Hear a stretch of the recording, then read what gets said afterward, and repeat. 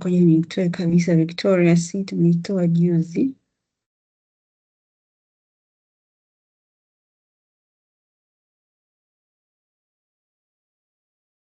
Mimi nimeitoa. So kwa mfano kuna nyumba moja so na listings karibia 60, lakini nimezichagua chache ambazo ndio naweza kusynchronize ambazo ninazi actively monitor kila siku ili kuhakikisha kwamba nazielewa vizuri. Sawa.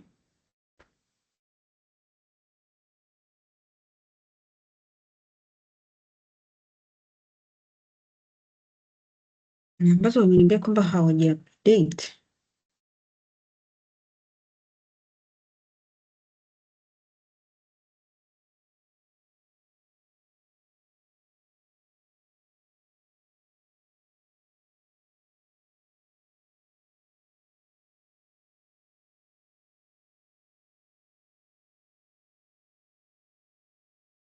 Mfano kama hii ya not nakuja hapa, hii ni 1 bedroom iko Zanzibar. Nakuja naandika, nabonyeza help me choose a base price and so mfano mimi imeniuliza kwamba hii nyumba yako ni aina gani? Je, ni economy maanake ni ya daraja ya chini sana au ni mid scale? Sababu utaona price inabadilika. Kwa nikisema economy utaona hata price hapa inabadilika, market driven.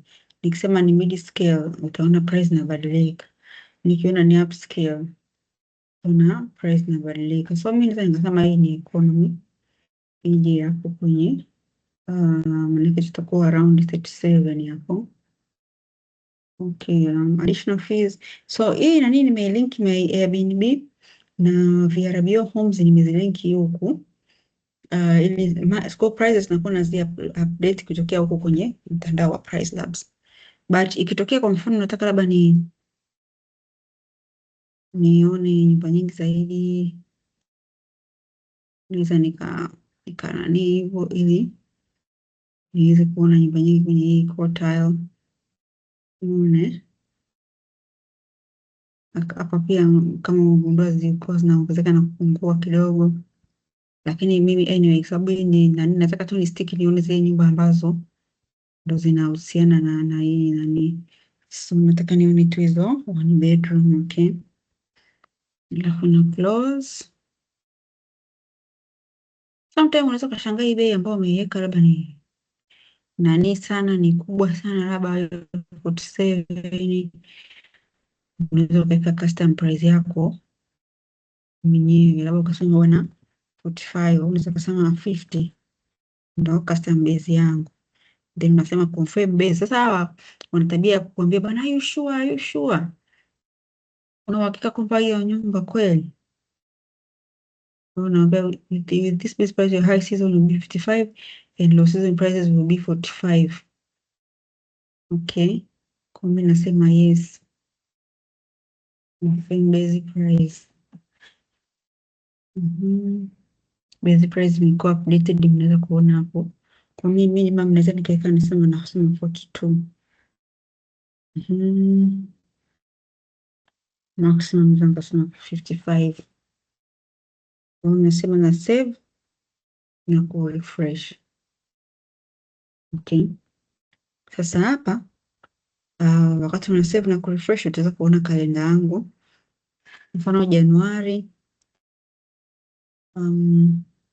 hizi ambazo ni greenish, tarehe ambazo zero season, low, normal, good, high. Okay, kwa unaweza kuona hapo, unaweza kuona yearly pia mnaweza ukaiona.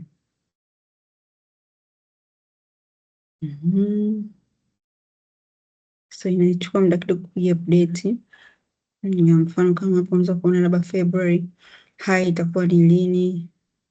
Around the time of hiyo itakuwa ndo hiyo high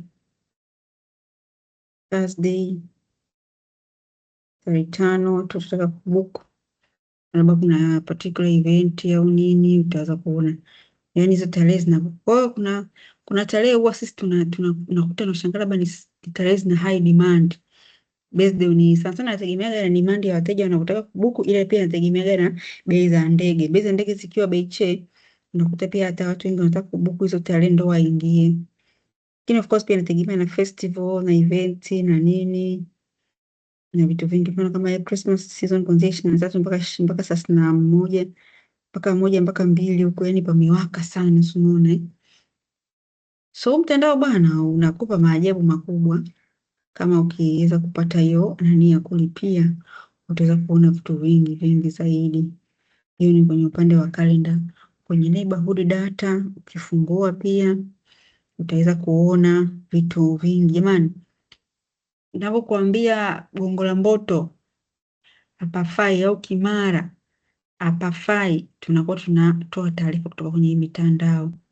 Ukilipia unaweza kuona more and more.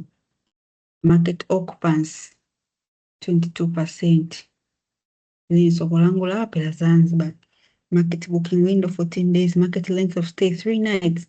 Market ADR average daily rate ni USD 70.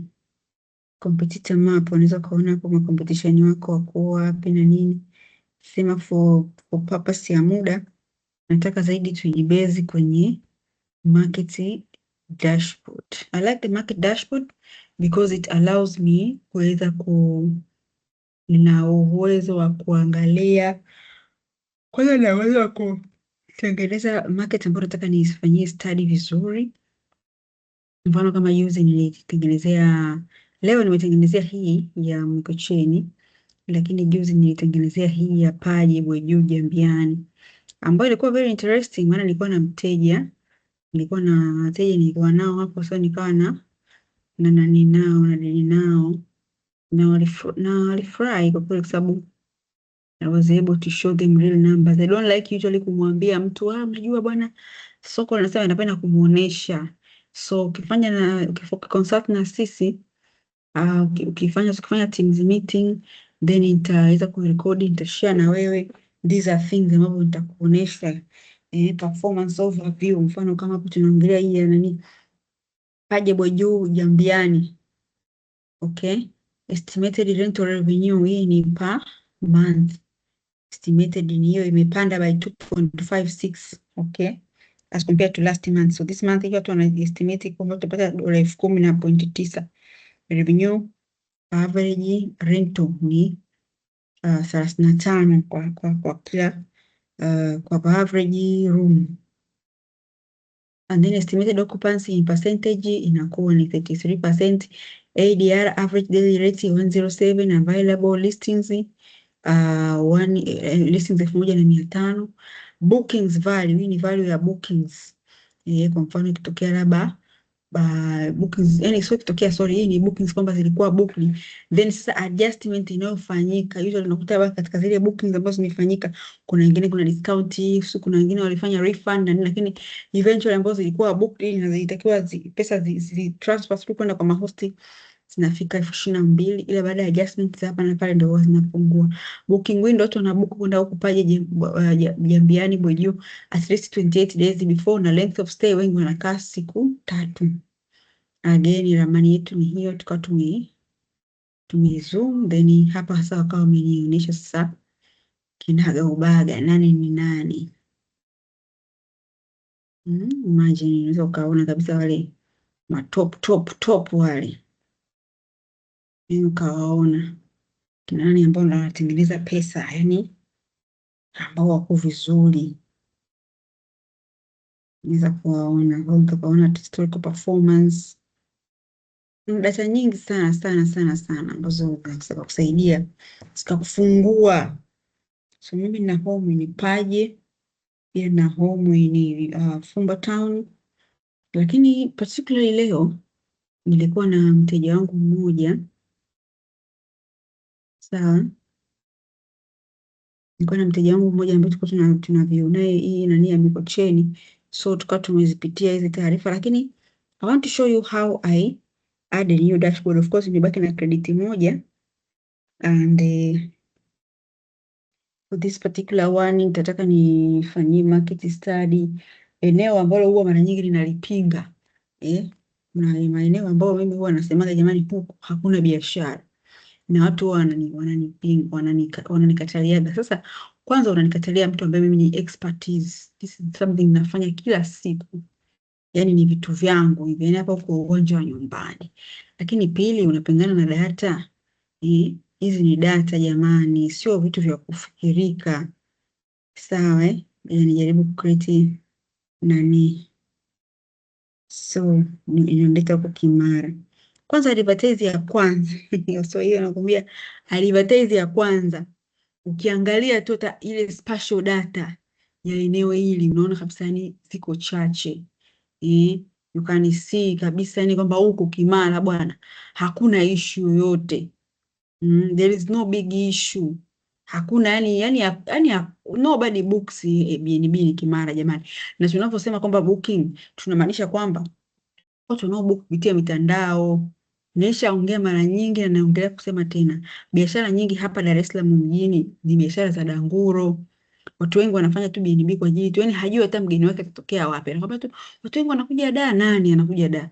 Watu wengi watafuta nyumba, nani yuko wapi? Mgeni wako ni aina gani? Dar es Salaam tuna wageni aina sita ambao wanakuja. Lazima ujue mimi na specialize kwenye wageni wa aina gani. At least unaweza kuchagua wageni aina wawili mpaka wanne, kati huwezi kusave wageni aina wote.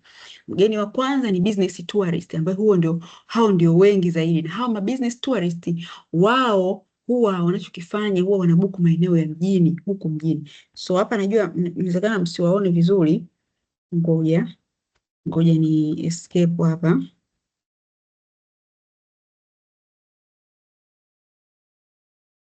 Okay. So ngoja nirudi nyuma niseme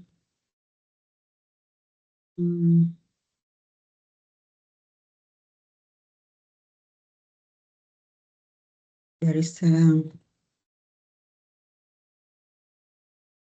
Tanzania. Okay. So nikisema nataka ni create dashboard. Sawa, nataka muone ramani nzima ya Dar es Salaam, yani jinsi ilivyo. So nafanya full screen. Okay. Nafanya full screen. So by the way unaweza kuona yani jinsi huyo mteja wangu nilikuwa naye leo alikuwa ananiuliza, do you think da kuna BNB yani saturation? Nikamwambia hapana, da kuna saturation ya madanguro tu, na madanguro kwa sababu wateja ni wale wale wanakuwa wana rotate tu, wanahama huku wanahama huku, wanaenda wanakuibia, wanaenda wanakuletea chawa. Yes, kuna wengine wanaleta chawa kwenye hizi nyumba.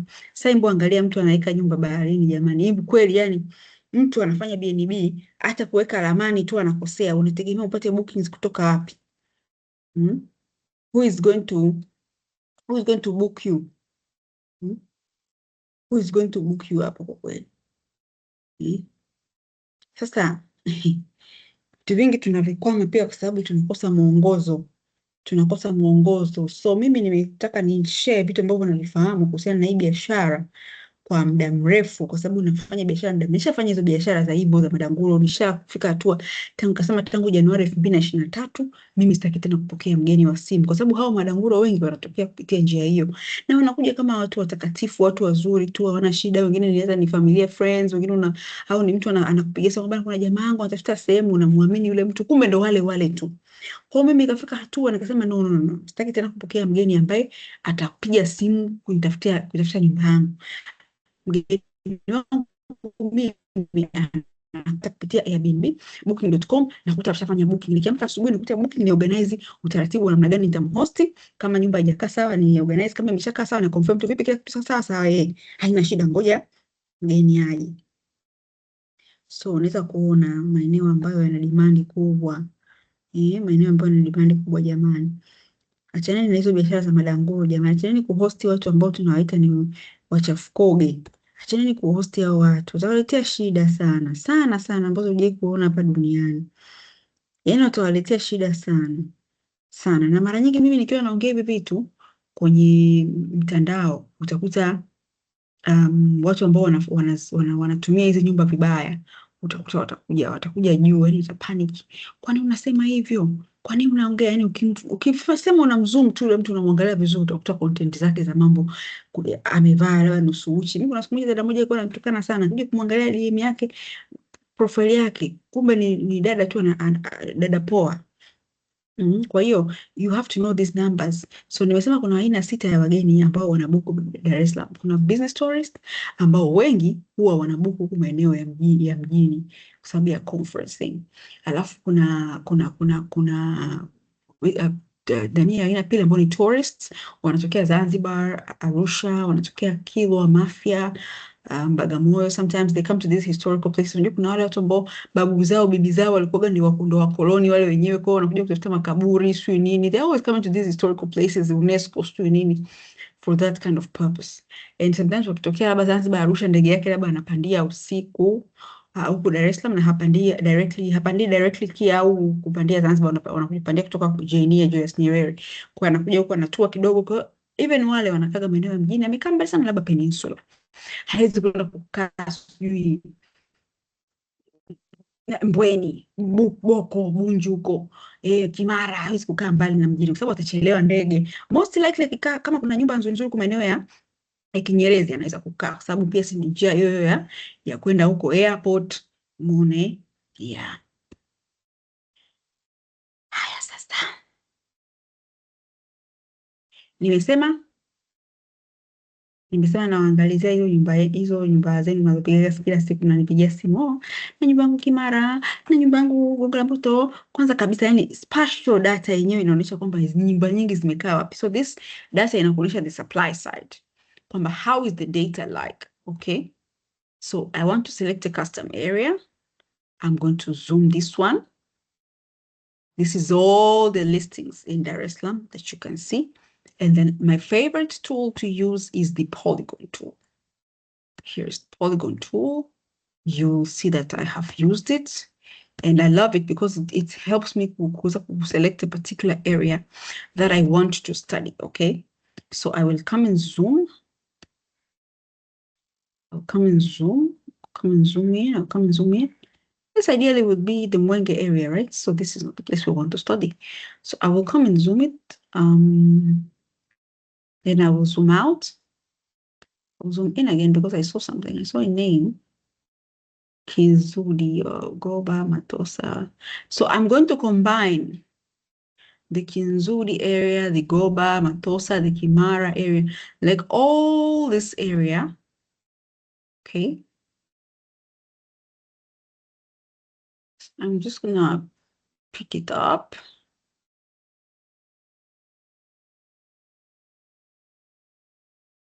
Yani, I'm sure hata Kimara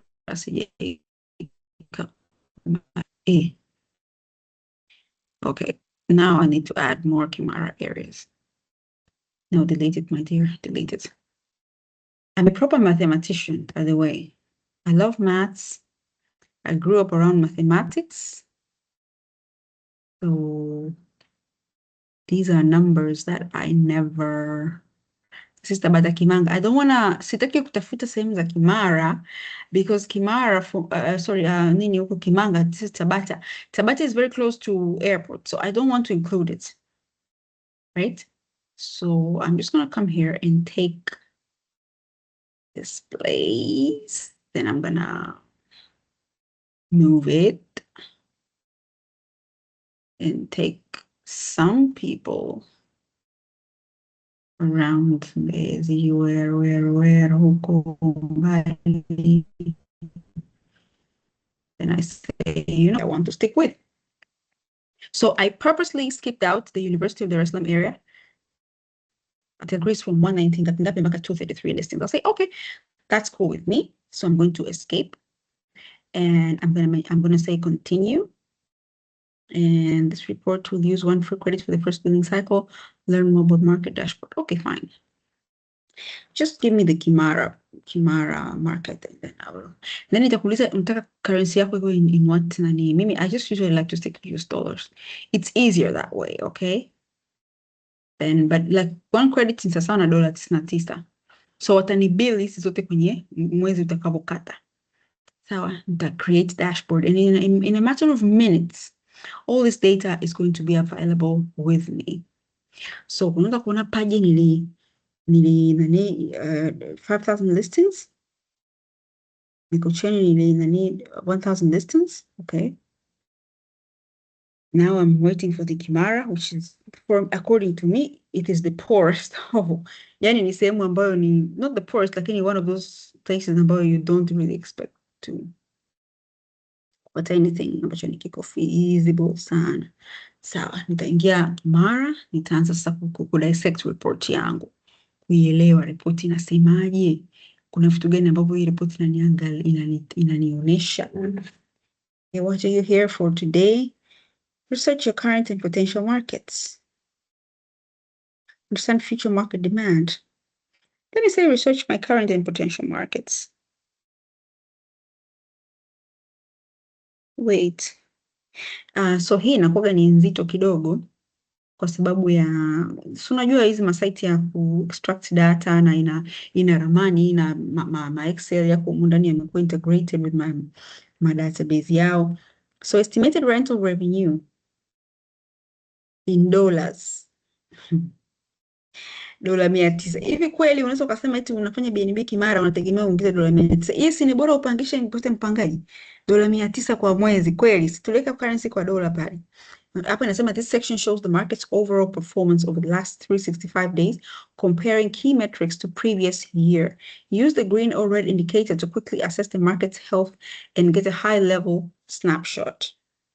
So although the estimated rental revenue ilitoka 316 imepanda mpaka 921, lakini still nobody does their Airbnb kupata dola 900 kwa mwezi.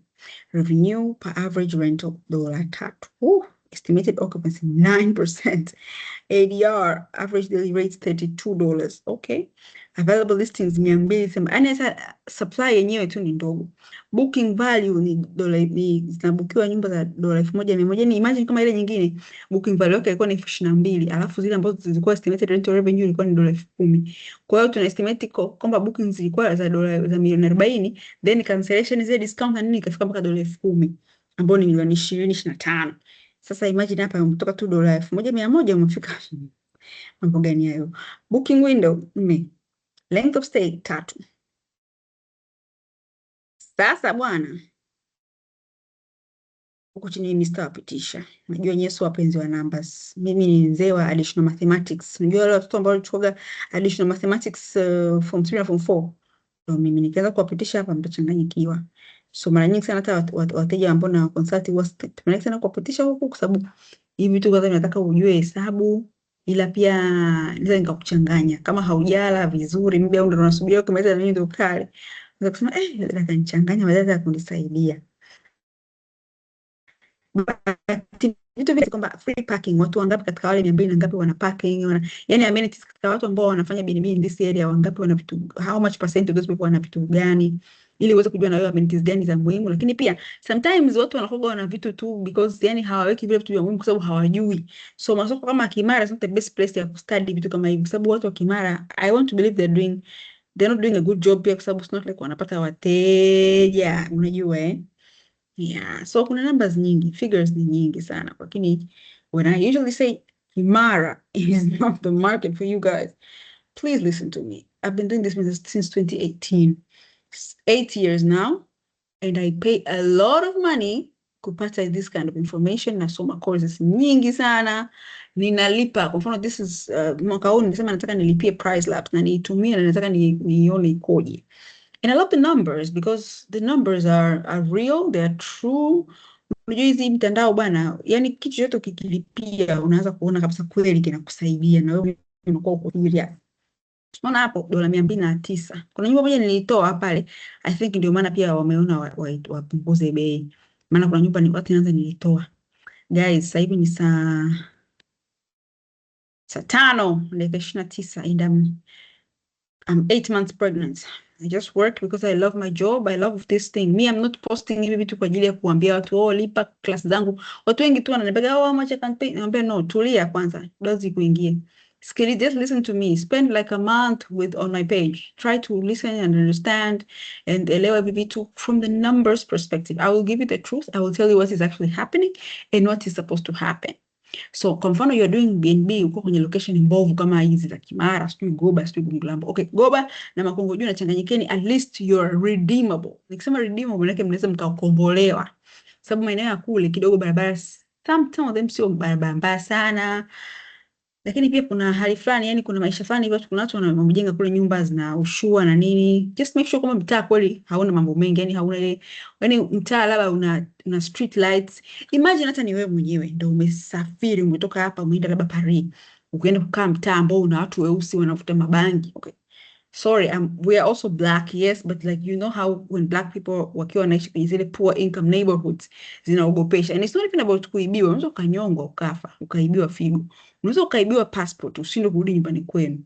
Kwa hiyo it's not about kuibiwa pesa au jewelry au simu, it's more about uhai wako and passport. So the same thing, think about them. Hivi mgeni akija kwenye mtaa wa kwangu ambao watu wanauza biashara za mkaa, zile chips chafu, biashara fulani hivi yani ambazo in the signal kwamba hizi ni low income neighborhoods, au mtaa una taa usiku, yani hakuna jirani yoyote ambaye ana fence yenye taa.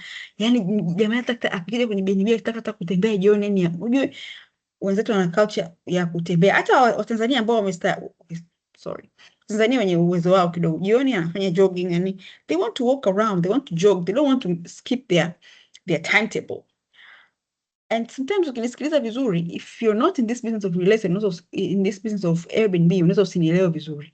Unaweza kusema labda Judy ninaongea lugha za dharau au Judy naongea lugha za kejeli, lakini in real sense, if you are not thinking this way, there is no way you are really able to design something which is good for someone kukaa. Kwa sababu wageni wetu sisi sio Watanzania. Watanzania wengi sio wageni wetu.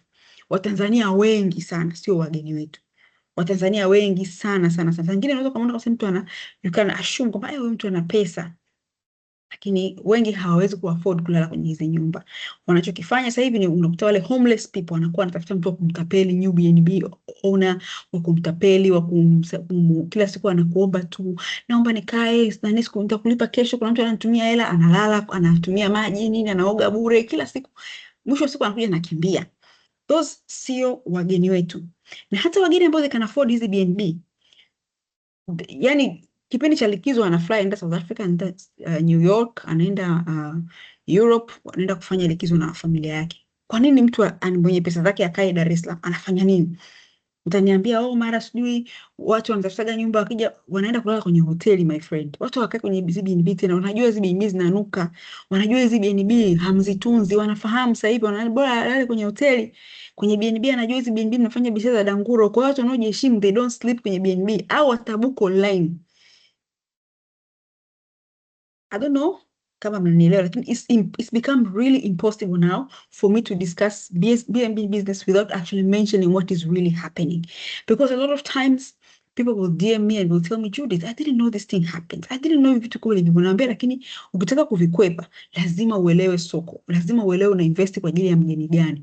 Nimeongelea business traveler, nikaongelea tourist, natokea Zanzibar, Arusha, whatever, nikaongelea mwingine wa tatu ndo namuongelea sasa hivi couples. Couples wanaweza kawa local, anaweza kawa ni foreigner. So ukitaka kumattract labda couple ambaye ni local, unawapo watu wana wapenzi wao, wanapenda kujispoil na nini, lakini sio kila mtu jamani. Mfano kama mimi sijafika hayo maisha bado ya kuspoiliana, bado nipo kwenye kujenga maisha. So we're not there yet, you know. I wouldn't say, hey, sijui my partner sijui hajanitoa. Yani I understand kama sasa hivi tunajenga, umeona?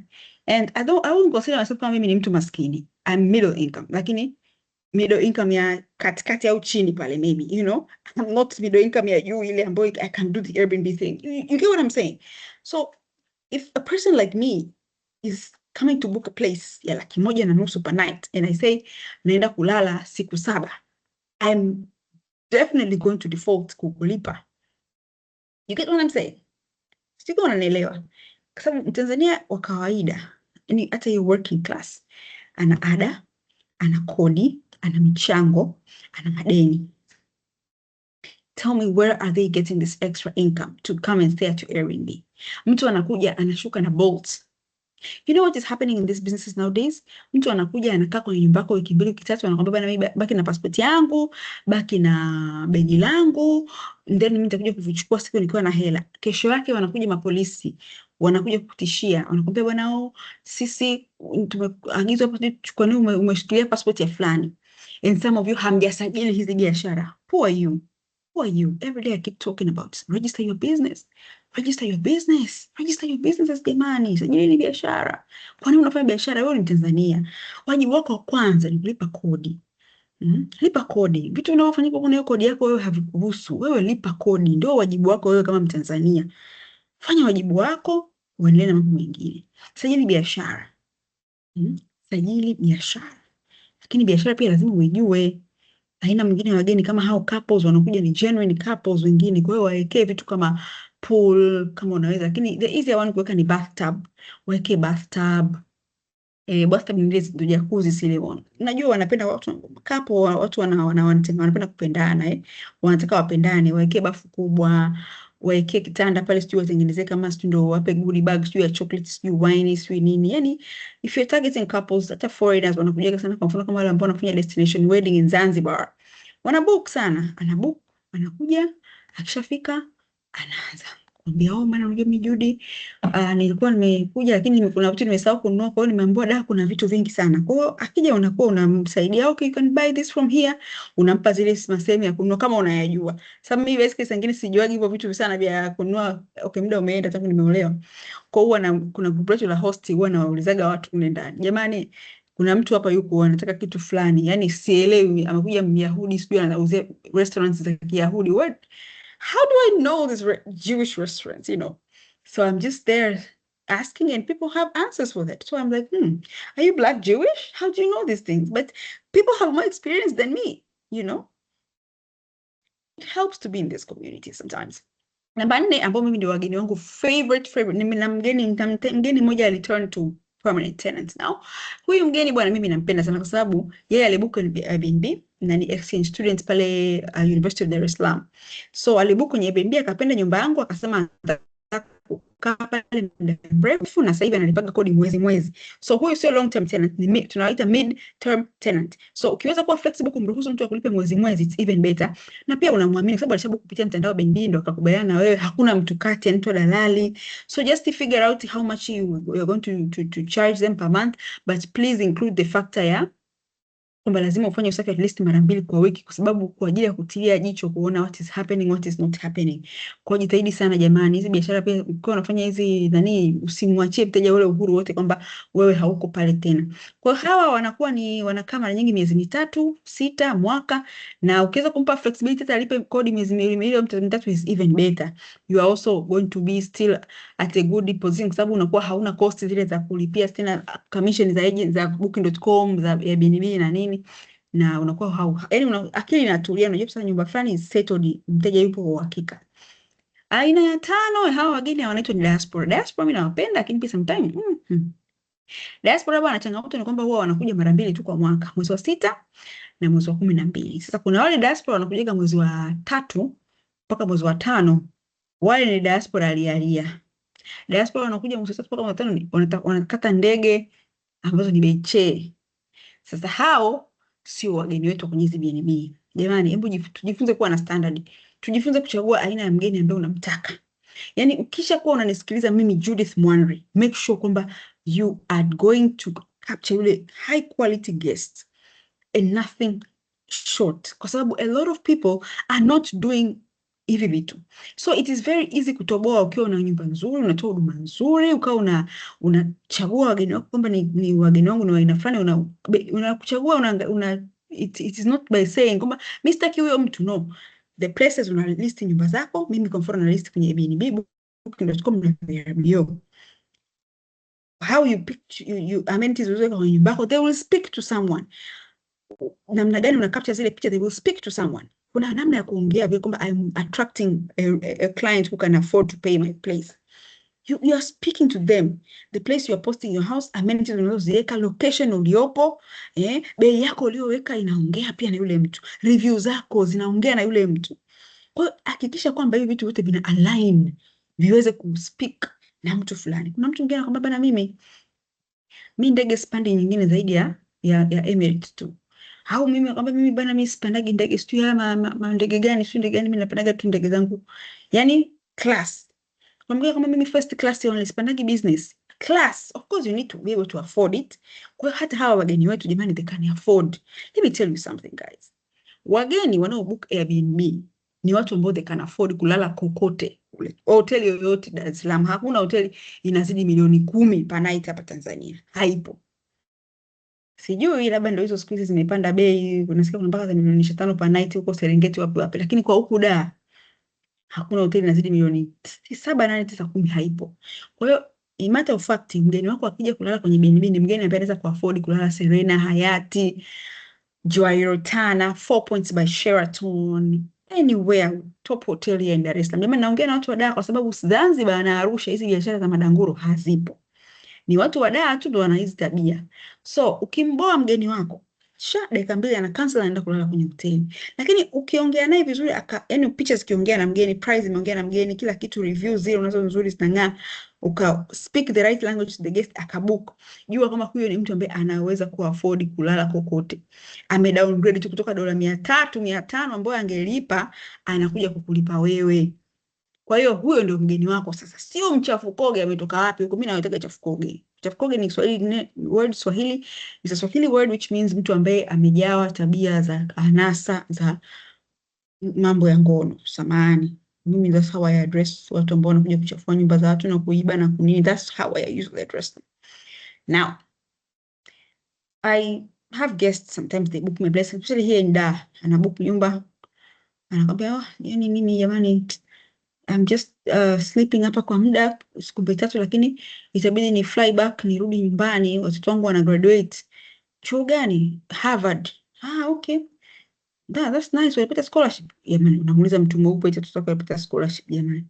Anyways, I usually ask. I imagine they have scholarship. So no, nawalipia. Nawalipia wako wawili. How much? Kwa mwaka kama milioni 300, 400 hivi. Anawalipia watoto wake ada, na anakuambia ni hela nyingi sana analipa. Kwa hiyo akidowngrade, akisave zile pesa za per diem alizopata, anaweza kulipa ada. Hao ndo wageni wetu sasa. Na kuna wengine ni Watanzania kabisa. Yaani Watanzania ambaye anataka, Mtanzania ambaye anataka kubuku nyumba, ataingia booking.com, ataingia Airbnb, atabuku nyumba. They will not call a dalali, they will not call anyone ambaye anaambia anafanya Airbnb. Ataingia kwenye Airbnb, atabuku kwa sababu anajua it's a business of calendar management. Anaweza kawa anaambia mtu ana nyumba lakini at that time kalenda yake imejaa. Kwa hiyo watu wenye ustaarabu wa maisha, so it's not just about having money, pia kuna ustaarabu na saikolojia sahihi ya watu ndio wanaweza kubuku hizo nyumba zetu jamani. Samanini, lugha ni kali lakini I can't camouflage it. I can't decorate it. I'm sorry. I'm not designed that way. I'm not raised that way, to camouflage, to cover up things, to make them appear beautiful. Funika kombe mwanadamu apite, hapana. Ni madanguro, ni madanguro. Ni wachafukoge, ni wachafukoge. Lakini mnatoa wapi kwa sababu hivi vitu hamvijui? Na wachafukoge wana take advantage of these things. Watu ambao hawatakiwi hata kukaa kwenye jamii zenu, mnaonea huruma, unaona nitapata, unaonekana kama you are desperate, huna option. Kweli wewe umetafuta pesa zako milioni 20, 30, umefanish nyumba, umejenga nyumba kwa gharama, unakuwa huna option kwa mtu ambaye anakuja na 100,000. 100,000 unambebeza mtu, unalipa tu basi, ina shida, usijali, sina wageni kabisa, kwa sababu unashindwa kulearn vitu vidogo kama hivi. I'm not saying pay me. What I'm saying is ingia online, lipa, courses zipo, Udemy, Coursera. Ndio course ndio soma hata mimi somea hizo course. Au kama unaona ni ubaili sana, ingia YouTube. Soma. Zipo hivi vitu. They are available. Sasa tukae hapa dakika 30 tunachambana. Tunaongea ukweli, uongo. Tunadanganyana we. Tutafika kweli jamani Tanzania? Have students na coach wako based in, lakini sasa hivi they no longer my students tena sababu tulishamalizana nao program. So kuna mbona wa coach wako based in Kenya wawili, kuna mmoja yuko based in Ghana. I say, oh my God. Niko nao yani wako very active, wanajibu, wanauliza, wana nini. Lakini what I like about them ni kwamba huyo wa Ghana tulifanikiwa tukafika level mapema sana. Lakini hawa wa Kenya sisi tulihangaika sana kufikia level letu. Why? Because everyone is doing a good job in Kenya. Everyone is doing a good job in Kenya. Everyone is doing a good job in Kenya. Literally kuwa super host inakuchukua karibia miezi 9 mpaka mwaka. Eti Tanzania mimi naanzaga na mgeni na mwanafunzi, kwa sababu super host ni assessment inafanyika mara 4 kwa mwaka. Hata guest favorite unakuta mtu ndani ya 2 months 3 months ashakuwa guest favorite, tena yule wa gold wings. Oh my god. Kenya, Kenya mpaka ufike hiyo top rankings, ndugu yangu, umeshakanyaga huku chini, wale majiant ni wengi, kila mtu anafanya good job. Hakuna mtu anapokea simu huko Kenya, labda hizo nyumba za uko ushago. Nairobi, tunasemaga Arusha is the Geneva of Africa, Nairobi is the Geneva of Africa. Kuna meetings kila leo, watu wanatafuta nyumba za kulala, za kupanga. Na hata wale ambao wanafanya offline wana utaratibu wa biashara. Kabla ya kubuku nyumba yako atakutumia house rules, atakutumia house manual, atakutumia form ujaze, ndio atakwambia baada ya hapo ndio utalipa lipa namba hii hapa. Ukishapata lipa namba umelipa, atakutumia receipt. Kwa hiyo utakuwa na ushahidi kwamba kweli ulimlipa na ushahidi wa kwamba pesa uliyomlipa ni kiasi fulani for this particular night. Ata update ile detail, atakutumia tena receipt kila siku unavyokaa kwenye nyumba yake. Lakini pia umsajili biashara, wengi wamsajili biashara kwa sababu pia sasa hivi KRA walikuwa wanawabana. Yaani mambo ni mengi sana, lakini vyote vingi sana vinasababishwa na hali ya kwamba sisi wa Tanzania pia hatupendi kusajili biashara. Tunachukulia like a hobby, tunachukulia like it's just everyday business. Yani hichi kitu bwana, kitu gani? Yani ngoja tu ni bangaize hapa, nitafute pesa ya ugali hapa siku 2 3 hizi, then you are good to go. Hapana, hakuna kitu cha kubangaiza kwenye milioni 20, milioni 30. Hakuna kubangaiza hapa. Hapa ni serious business we are doing. You need to know who are your guests, who are not your guests. So nimesema aina ya wageni, nikasema kuna wale ambao ni business tourist, nikasema kuna wale ambao ni couples, kuna wale ambao ni tourist kutoka mikoa mingine huko Zanzibar, Arusha, Kilwa, Mafia, whatever. Kuna wale ambao ni wa long term, ambao ndio hao tumeongelea ni nini hao. Wanakuja kukaa miezi 3, diaspora, exchange students, exchange lecturers, ma research assistants, sijui researchers wanakuja kwenye manjio mbalimbali, au unakuta labda mtu amekuwa posted kufanya kazi huku muda mrefu, kwa hiyo anabuku nyumba kwanza, anaangalia kama kapapenda, then akipapenda akiona ni karibu na kazini kwake anakuongelesha mfanye sasa business ya long term. Lakini pia nikasema kuna diaspora ni wazuri, nikasema kuna diaspora wanabuku ndege za mwezi wa 3 mpaka mwezi wa 5, wale diaspora lialia. Kwa hiyo wale most likely sio wageni wetu. Likely wageni wetu ni wale ambao wanabook ndege zikiwa ziko peak mwezi wa 6 na mwezi wa 12. Wale ndio wageni wetu. Lakini sasa diaspora pia kwa wanao makini ni kwamba sometimes anakuja anauguza, au sometimes anakuja labda kuna labda anataka I don't know, labda kuna ameoa, labda mke wake yuko huko Tanzania kaoa huko nini au whatever, I don't know, lakini mtoto wake mke wake anajifungua sasa huko Tanzania. Kwa hiyo au mke wake amekuja na mtoto mdogo, anataka wamuone mtoto, sio wamfanyie zile shughuli za kuchinja, sio. Kwa mfano sisi hapa Wachaga tuna hiyo shughuli za kuchinjia watoto wa Kichaga. Kwa unakuta akija huku anachukua nyumba yako. So be careful sana na mtu ambaye anachukua nyumba muda mrefu, kwa sababu kwa ajili ya hizo shughuli za kifamilia, sio anauguza. Watu wanakuwa wanakuja wengi sana kwenye nyumba. Sawa, wanakuja watu wa kusalimia watoto, kusalimia mgonjwa. Yani nyumba inakuwa muda wote iko busy, inapikwa chakula, kinapikwa kila muda. Watu wanaingia na kutoka. Yani nyumba inakuwa literally kama inaweza kaa na watu 50, au hata watu 50 100 waliingia in that house in a day, wanaingia wanatoka, wanaingia wanatoka, inakuwa ni hectic business. Kwa try pia to minimize hiyo, au you can even charge them extra for the cleaning because you're going to be doing more cleaning.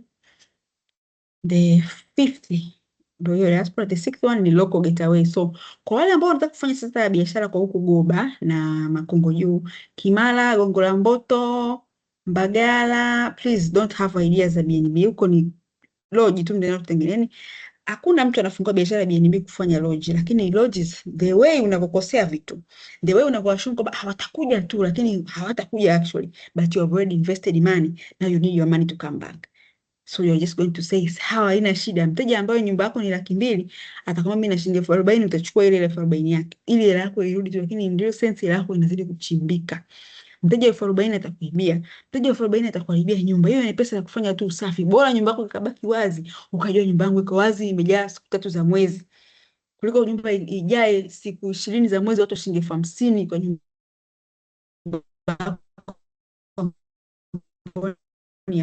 ni kama uko kwenye location ambayo ni nzuri. Yani mtu anaweza kusema I want to go and get away ni Kigamboni au Bagamoyo, lakini nobody says I want to go and get away Gongo la Mboto, I want to go and get away ni Banana, I want to go and get away ni Kimara. Unajua katika ya kawaida, hata wewe mwenyewe unaweza ku get away Kimara, unaweza ku get away Gongo la Mboto kweli. Yani be serious kabisa, you want to get away, sawa. Unaweza ku get away Kimara wewe, unaweza ku get away wewe Kibaha, sawa, labda Bagamoyo huko wapi, Kigamboni, Pugu huko unaweza kupata Getaway, lakini kuna location bana nobody gets away. So Getaways inabidi utengeneze design kwa ajili ya outdoor entertainment zisipungue 5. Pool ni muhimu sana, garden, outdoor sport facility, unaweza kuweka labda sehemu kidogo cha kucheza mpira au basketball huko kwenye geti. Unaweza kuweka like a bar area, sio lazima iwe bar ya pombe, inaweza ni bar ya juice iko karibu na pool, labda juice bar au hata bar au hata friji ambayo watu wakaweka vinywaji vyao wakaja navyo pale wakaweka vinywaji. Outdoor kitchen au ni grill area kwa ajili ya kupika labda nyama, kuja na mbuzi wao, mguu wa mbuzi, whatever wanataka kufanya pale kama outdoor entertainment, au pia una nani nao. Kwa ajili ya wengine wanakuja wanataka kuenjoy labda mazingira ya kama labda if you are targeting corporates, sababu kuna getaways aina nyingi. Kuna getaways za family, kuna getaways za religious, kuna getaways za educational. Mfano mwingine anataka kuandika kitabu labda, au anataka kuandika labda research fulani, wanakuja sema hao wanakuwa wana intersect between corporate na hiyo educational. So unakuwa pia una wageni wa aina hiyo ambao corporate, mfano kama hawa makampuni makubwa kama Tigo nini, mwisho wa mwaka wanatafutaga sehemu za kwenda kukaa, wanachukua kwa ajili wanafanya kazi wao labda 500. Kwa hiyo unaweza kusema mimi nataka ni bandike bandua corporate tu, wiki hii naweka telecom fulani, wiki hii naweka benki fulani, wiki hii naweka, unakuwa unabandika bandua. Na wale pia corporate wana vitu vyao. Mfano corporate lazima uweke sehemu ya conference area kwa ajili ya kufanya board meetings, lazima uweke sehemu ya team building area. Gari inakuwa kubwa, inakuwa wide, pia ina nafasi ya nyasi nyingi ili waweze kufanya team building activities. Jamani, hivi vitu sio kama nimeviota, hivi vitu tunavisoma darasani, unapata shule. Watu wa religious wanakuja kwa ajili ya kusali, kama you are targeting those. Kuna watu ambao ni watu wa dini, una target masista, mafather, mapadri. Kuna wengine mna proximity na hao watu, mko kwenye hayo nani sijui manini, baraza la walei nini. That's the opportunity you can take advantage of. Jamani, na sehemu yangu, au kuna sehemu, sometimes sio lazima useme unawaambia kama ni sehemu yako. Unaweza kwambia tu kuna sehemu moja naijua, sehemu nzuri sana, na pale unawapanga wafanyakazi wako, unawaambia kabisa mimi kifika pale na watu usinijue, unapanga pale, wanakulipa. Sasa hii biashara yako hata wajui kama inaitwaje na nini hivyo. Ndio ile sasa, usiite biashara yako jina lako jamani, au jina la ukoo. Usiite jina la biashara. Biashara ipe unique name tu ya tofauti. Kwa hiyo wanakuja pale, unawekea wewe, watu wa religious waekee sehemu ya kusali ambayo ni neutral. Kwa kama ni Muislamu, of course, sasa kama ni unataka kutengeneza mosque, maana lazima iangalie kibla Hata kama ni Katoliki, Lutheran, utajaribu kutengeneza different facility ambazo zita accommodate wote. Hata kama ni temple labda nini, just angalia tu, pata architect ambaye yuko exposed vizuri, akudesignie a religious retreat area. Zinatafutwaga sana sana sana. Hata watu ambao wanafanya hizi halal tourism and halal homes, na kitu ambacho kinatafutwaga sana, kwa sababu watu wengi hawaja specialize in those things. Mimi Zanzibar niko nafanya biashara na iona hiyo opportunity kubwa sana, na kuna dada mmoja nishaongea naye sana kuhusiana na hiyo biashara, anatengeneza sehemu yake kwa ajili inakuwa ni halal place. Kwa hiyo guys, nimewaita guys kama mheshimiwa waziri mkuu. Jamani, mtanisamee, mtaniwia radhi, maneno ni mengi, story ni nyingi, lakini mimi nataka mpate ujumbe kuwa hii biashara, usikae unaambiwa story nyingi, milioni 10, milioni 30. You have to know the numbers, you have to know the location, you have to know how much I'm putting down, how much should I sehemu gani hapafai. So niwatakie ni jioni, sasa hivi ni usiku, jioni njema. Asanteni sana, nasema alamsik. Tupiga story, nimewapa na numbers. Asanteni.